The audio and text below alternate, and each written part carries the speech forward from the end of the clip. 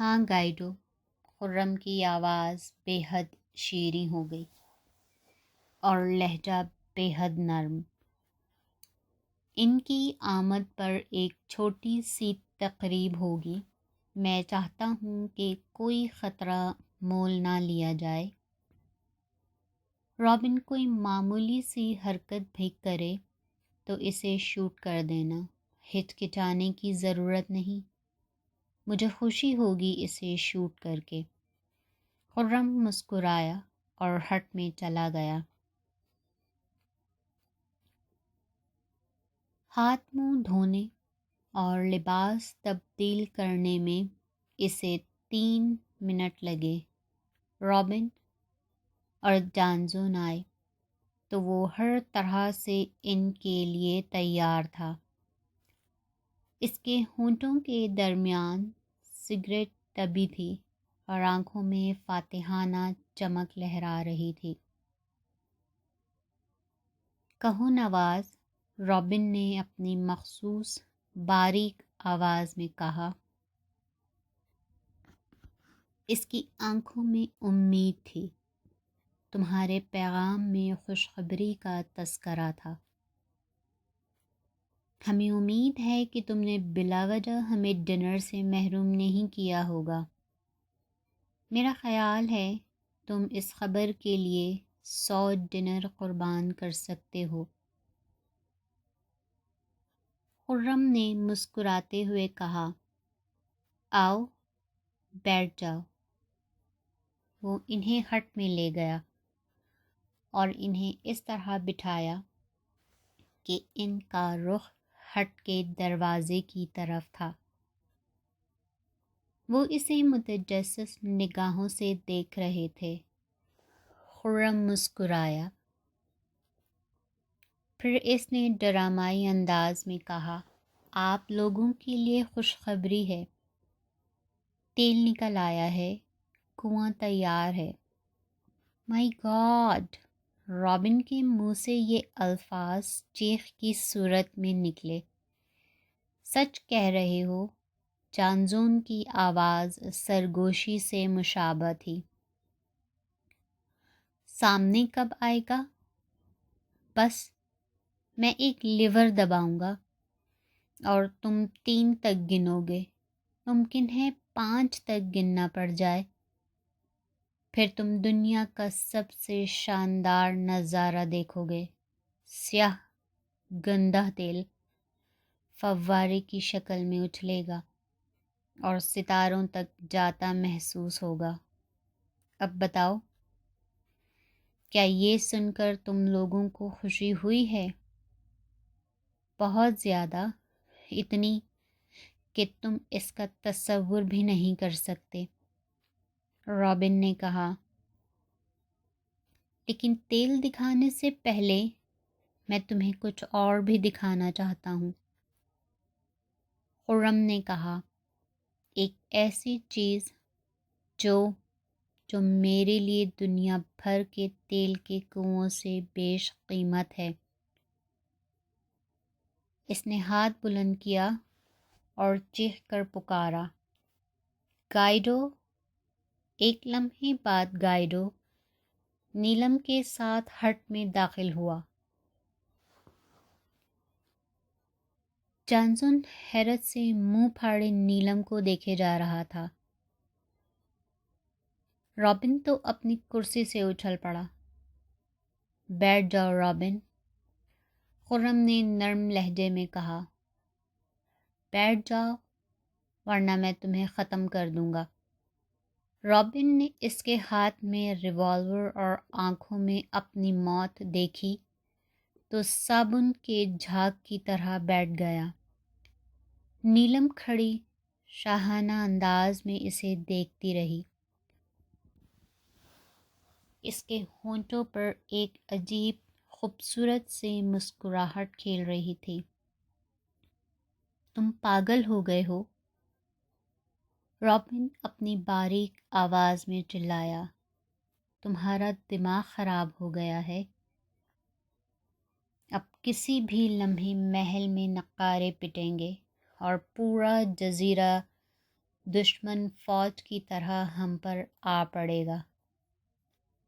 میں جانتا ہوں، خرم نے کہا، میں نے اس سلسلے میں سوچا بھی ہے۔ گائیڈو، ان دونوں سے ریوالور لے لو۔ گائیڈو تیزی اور ہوشیاری سے حرکت میں آیا۔ لمحے بھر بعد اس کے ہاتھوں میں ریوالور تھے۔ خرم مسکرایا، تو تم مجھے قتل کرنے والے تھے۔ اس اعتبار سے میرا کام اور آسان ہو گیا، اخلاقی نقطہ نظر سے بھی۔ سنو نواز، شٹ اپ رابن۔ خرم غرایا۔ اس کی مسکراہٹ معدوم ہو چکی تھی، ہونٹ بھنج گئے تھے۔ گائیڈو، انہیں کور کیے رکھو، ذرا بھی حرکت کریں تو شوٹ کر دو۔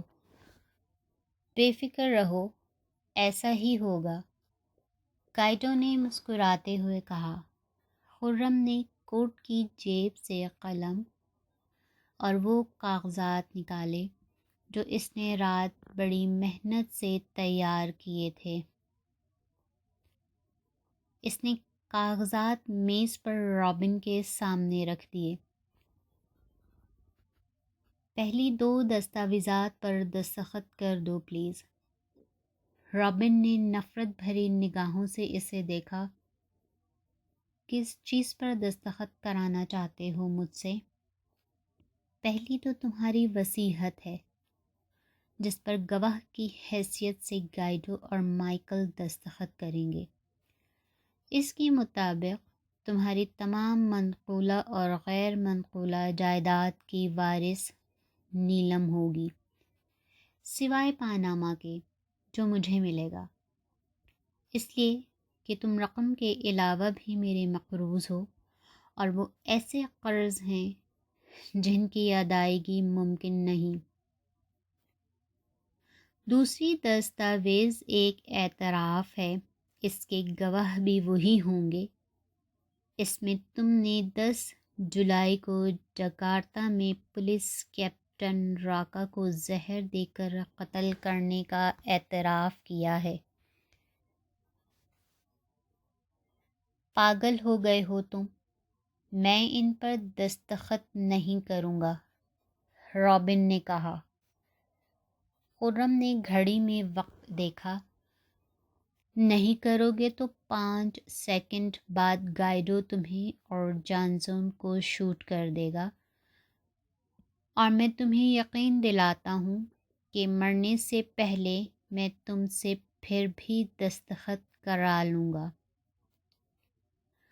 اور اگر میں دستخط کر دوں تو میں تمہیں تیل کا کنواں دوں گا، اور تم دونوں پاناما پر واپس بھی جا سکتے ہو۔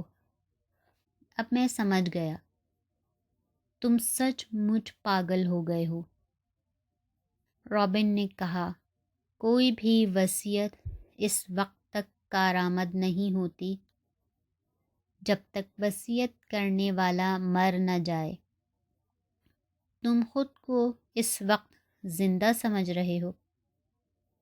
خرم نے نرم لہجے میں کہا۔ تم مر چکے ہو رابن، لیکن تمہیں یہ بات معلوم نہیں۔ بہرحال اب میں گنتی شروع کر رہا ہوں۔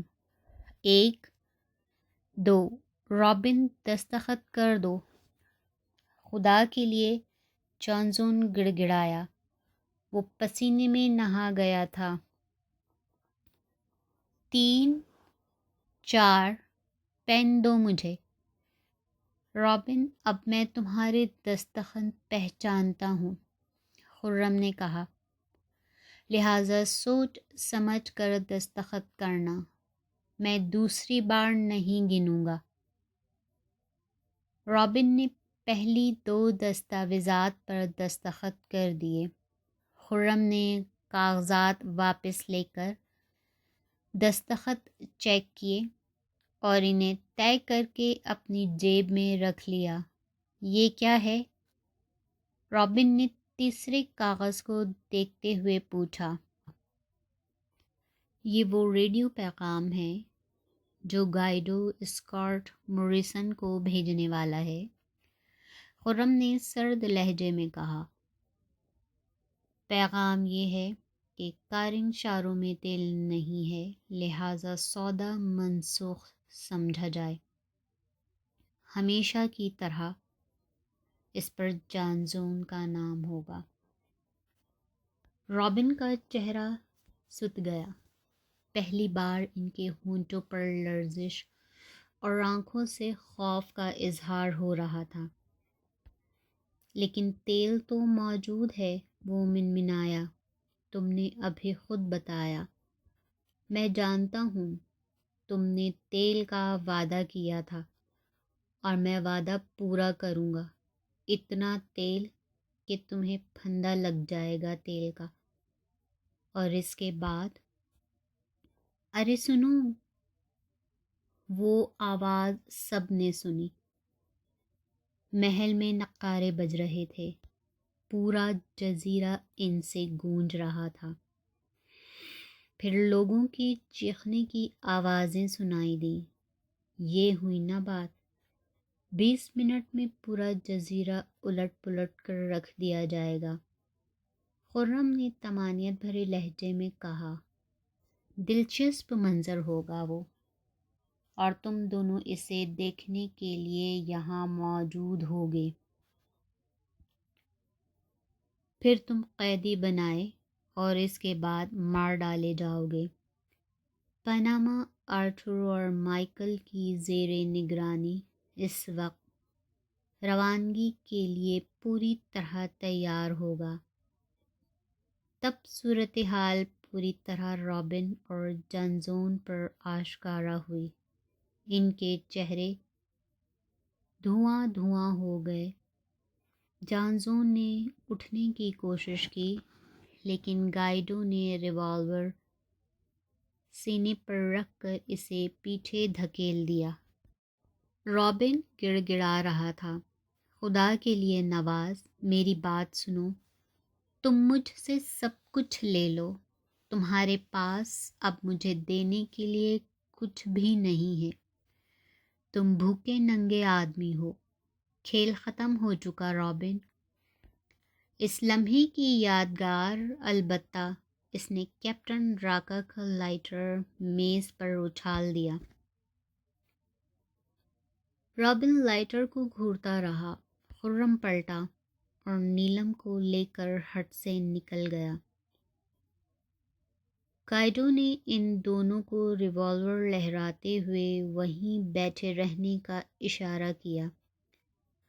جزیرہ اب بھی نقارے کی آوازوں سے گونج رہا تھا، مگر خرم اس سے بے پرواہ ہٹ کے دروازے کے باہر رکھے لیور باکس کے پاس تن کر کھڑا تھا۔ سر بلند نیلم اس کے ساتھ کھڑی تھی۔ دیکھو، غور سے دیکھو، خرم نے فاتحانہ لہجے میں کہا، 3 تک، زیادہ سے زیادہ 5 تک گنو گے اور تیل کا فوارہ پھوٹ پڑے گا۔ یہ وہ خزانہ ہے جس کے لیے تم نے ایک انسان کو قتل کیا، ایک عورت کو بیچا، اور اب اس کے لیے خود بھی مر جاؤ گے۔ رابن، اسے تیل کہتے ہیں۔ یہ جو کچھ دیکھو گے یہ تیل ہے، اور تیل کی دھار۔ اس نے جھک کر لیور دبا دیا۔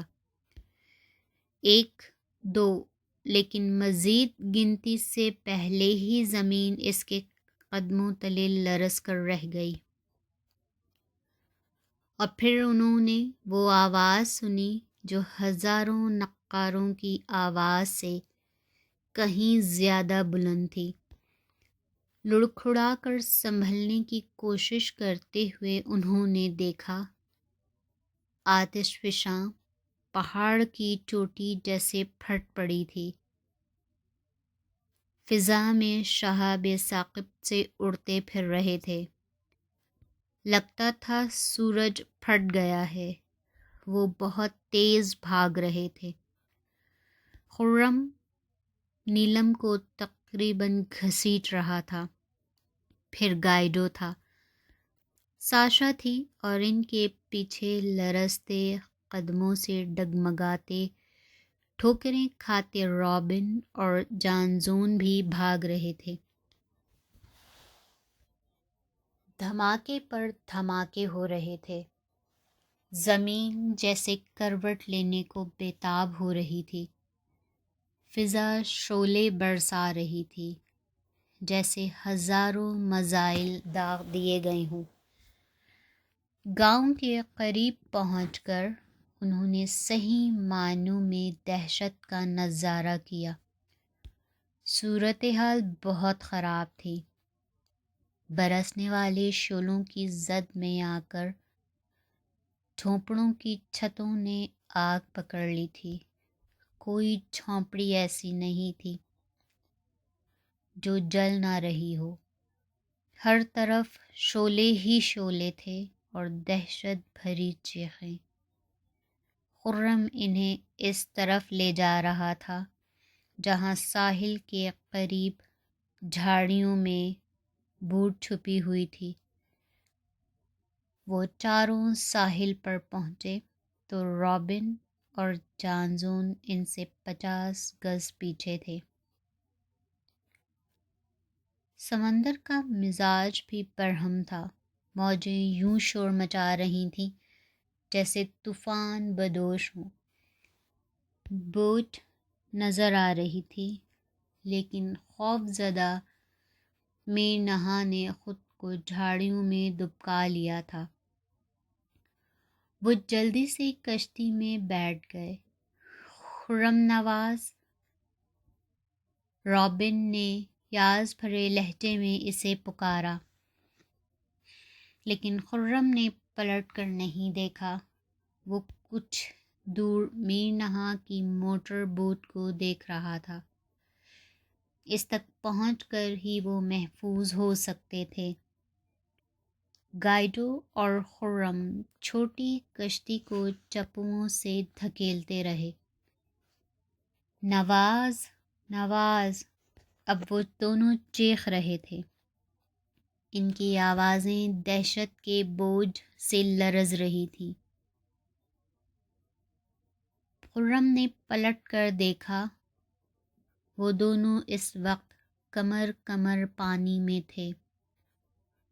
سمندر کی شورش اتنی سنگین تھی کہ اس چھوٹی سی ناؤ کو الٹنے سے بچانا کار دارو تھا۔ انہیں وہ تھوڑا سا فاصلہ میلوں پر محیط محسوس ہوا۔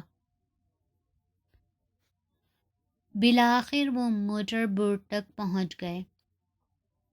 موٹر بوٹ پر سوار ہونے سے پہلے خرم نے میر نہا کو جھاڑیوں سے گھسیٹا۔ وہ سب بوٹ پر سوار ہو گئے۔ یہ انجن اسٹارٹ کرو، خرم میر نہا پر برس پڑا۔ پھر وہ گائیڈو کی طرف پلٹا۔ لنگر اٹھاؤ، گائیڈو، اور تم دونوں پیٹ کے بل لیٹ جاؤ۔ اشارہ نیلم اور ساشا کی طرف تھا۔ جلدی کرو، جلدی، جلدی! سرخ انگارے مسلسل برس رہے تھے۔ ڈیک پر انگاروں کا انبار سا لگ گیا تھا۔ انجن اسٹارٹ ہونے اور بوٹ بڑھنے میں جیسے صدیاں لگ گئیں۔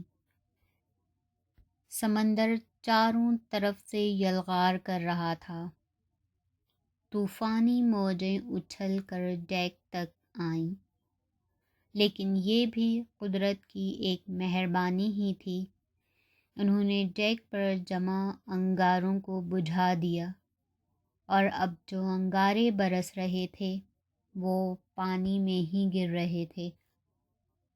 میر نہا بوٹ کو پوری رفتار سے چلا رہا تھا۔ بہت دور بہت جہاز پاناما کی روشنیوں کی طرف لپک رہی تھی۔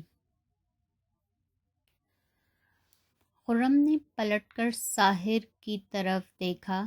وہاں رابن اور جانزون گردن گردن پانی میں ڈوبے ہوئے تھے۔ نواز، نواز، نواز، وہ اب بھی التجائیں کر رہے تھے۔ پھر جلتے ہوئے انگاروں کا ایک بادل ان کے سروں پر برسا اور ان کی التجائیں اذیت بھری چیخوں میں بدل گئیں۔ پھر سرکش پانیوں نے انہیں نگل لیا۔ خرم نے سوچا، میں نے اس سے سب کچھ چھین لیا، کچھ بھی نہیں چھوڑا۔ اس کا چہرہ پانی نے مٹا دیا۔ اس کی آواز آہ و بکا میں ڈھلنے کے بعد غروب ہوئی۔ میں نے اس کی محبوبہ چھین لی، اس کی دولت چھین لی، اس سے زندگی چھین لی۔ مجھے فخر ہونا چاہیے خود پر، لیکن یہ کیا؟ مجھے اس پر رحم آ رہا ہے۔ کیوں؟ بوٹ کھاڑی سے مڑ کر سمندر میں داخل ہو گئی۔ تب پہلی بار انہوں نے رگوں میں خون ٹھٹرا دینے والا وہ جلتا منظر پوری طرح دیکھا، جس کا وہ محض اندازہ کر کے ہی لرز رہے تھے۔ آتش فشاں کسی جنونی دیو کی طرح چنگاڑ رہا تھا، آگ اگل رہا تھا، ہوا میں گندھک کی بو اور دھواں رچا ہوا تھا۔ پورا ساحل یوں جل رہا تھا جیسے کنارے پر کسی نے پیٹرول چھڑک دیا ہو۔ انسان چیونٹیوں کی طرح پانی کی طرف بھاگ رہے تھے۔ آتش فشاں کی دہاڑوں اور موجوں کے شور کے باوجود اس کی دہشت بھری چیخیں واضح طور پر سنائی دے رہی تھی۔ خرم سنو، خرم، ہم ان لوگوں کے لیے کچھ نہیں کر سکتے۔ نیلم نے اس کا کندھا ہلاتے ہوئے کہا، ہم کچھ پیچھے نہیں جا سکتے، کچھ لوگوں کو تو بچا لیں۔ خرم نے نفی میں سر ہلایا، نہیں نیلم، ہم خود بھی 2 منٹ کے اندر اندر جل جائیں گے۔ ہم زیادہ سے زیادہ یہ کر سکتے ہیں کہ پاناما کے قریب کھڑے رہیں اور جو خوش نصیب بچ کر وہاں تک آ جائیں انہیں پاناما پر سوار کرا دیں۔ وہ دیکھو۔ نیلم نے اس کی انگلی کے اشارے کے سمت دیکھا۔ چھوٹی چھوٹی کشتیاں ساحل سے کھلے پانی کی سمت آ رہی تھیں، لیکن انہیں سرکش موجوں سے بھی لڑنا تھا۔ دیکھتے ہی دیکھتے 2 کشتیاں الٹ گئیں، لیکن کسی کے پاس اتنی فرصت نہیں تھی کہ گرنے والوں کی مدد کرتا۔ پھر وہ کشتیاں الٹتے دیکھتے رہے۔ خرم، خرم، یہ سب کتنا خوفناک ہے، نیلم نے کہا اور اپنا چہرہ اپنے ہاتھوں میں چھپا لیا۔ بوٹ جہاز پاناما کے قریب پہنچ گئی تھی۔ اپنی آنکھیں، کان اور دل بند کر لو گڑیا، خرم نے نیلم کو تھپ تھپاتے ہوئے کہا۔ تم نے ویسے ہی بہت اذیت اٹھائی ہے اور ان بیچاروں کے سلسلے میں تو کچھ بھی نہیں کر سکتی۔ تمہیں گھاس سے لپٹ کر سرگوشی کرتی ہوئی ہوا کی نرمی محسوس ہوگی، تمہیں خوش گلو پرندوں کے چہچہے سنائی دیں گے۔ غور سے سنو گڑیا، لیکن یہ سب کچھ سننا ممکن ہی نہیں تھا۔ انہوں نے قیامت کی چنگھاڑ سنی اور پھر آتش فشاں پہاڑ کے دہانے کو کھلتے اور آگ کے ایک دریا کو بکھر کر نکلتے اور پہاڑی ڈھلانوں پر بہتے دیکھا۔ اسی لمحے انہیں جہاز پر اٹھا لیا گیا۔